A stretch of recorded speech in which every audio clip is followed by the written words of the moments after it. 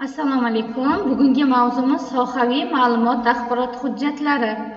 Rejalar bilan tanishamiz. Birinchi reja tashkiliy hujjatlarning vazifalari, tashkiliy hujjatning turlari, tashkiliy hujjatning leksik va sintaktik xususiyatlari, shartnoma, mehnat shartnomasi, nizom va yo'riqnoma.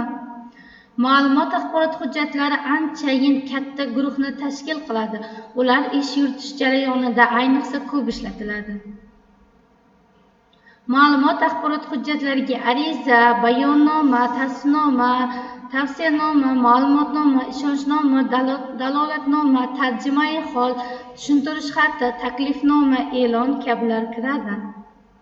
Ariza muayyan muassasaga yoki mansabdor shaxs nomiga biror iltimos, taklif yoki shikoyat mazmunida yoziladigan rasmiy hujjatdir.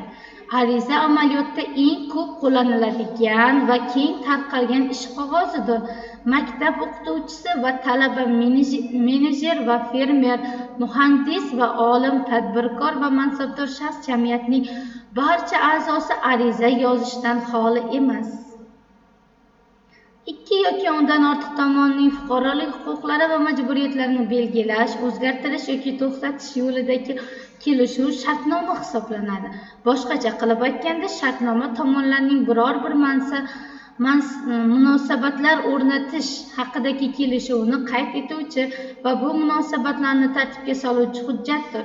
Shartnoma fuqarolik huquqiy bitimlarining turlaridan biri hisoblanadi. Uning farq qiluvchi xususiyati shundaki, ikki yoki ko'p tomonlama bitimdan iborat bo'ladi.